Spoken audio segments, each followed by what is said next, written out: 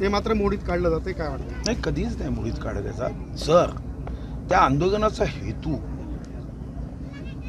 हा जसा रावण मायावी रूप घेऊन आला आणि सीता मातेचा हरण झाला, समजा इथं या आंदोलनाच्या मागे टीकेत बरोबर निवडणुकीच्या तोंडावर का आंदोलन करतात हा पहिला प्रश्न.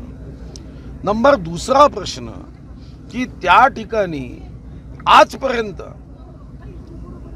ही मागणी जेव्हा काँग्रेसचं सरकार होतं तेव्हा आंदोलनाच्या माध्यमातून झाली.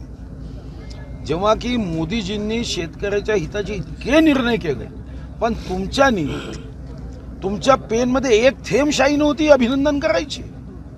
माननीय मोदीजींनी एवढे चांगले निर्णय केले, शेतकऱ्यांच्या खात्यामध्ये 6,000 रुपये थेट टाकले जातात. महाराष्ट्र 6,000 रुपये टाकतोय, पण तुम्हाला तेव्हा वाटलं नाही का?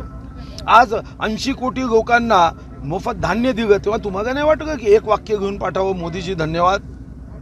इथं कुठंतरी त्यांच्या मनामध्ये अशा आंदोलनाचा फायदा घेऊन हे जे सत्ता प्राप्तीचे मुंगेरी लाल के हसीन सपने आहे, आता मुंगेरी लाल हा शब्द काढला तर राहुल गांधीजी के हसीन सपने आहे, हा कसं पूर्ण होऊ देणार आहे? असं नाही आहे. शेतकऱ्यांच्या बाबतीत सर्वच जण शेतकऱ्याची मुलं आहे. अहो, शेतकऱ्यांसाठी गुजरातचे मुख्यमंत्री म्हणून जे काम नरेंद्र मोदीजींनी केलं, आज देशामध्ये जे काम होत आहे, तुम्ही त्याला स्पीड ब्रेकर बनताय, ते योग्य नाही. एबीपी माझा, उघडा डोळे बघा नीट.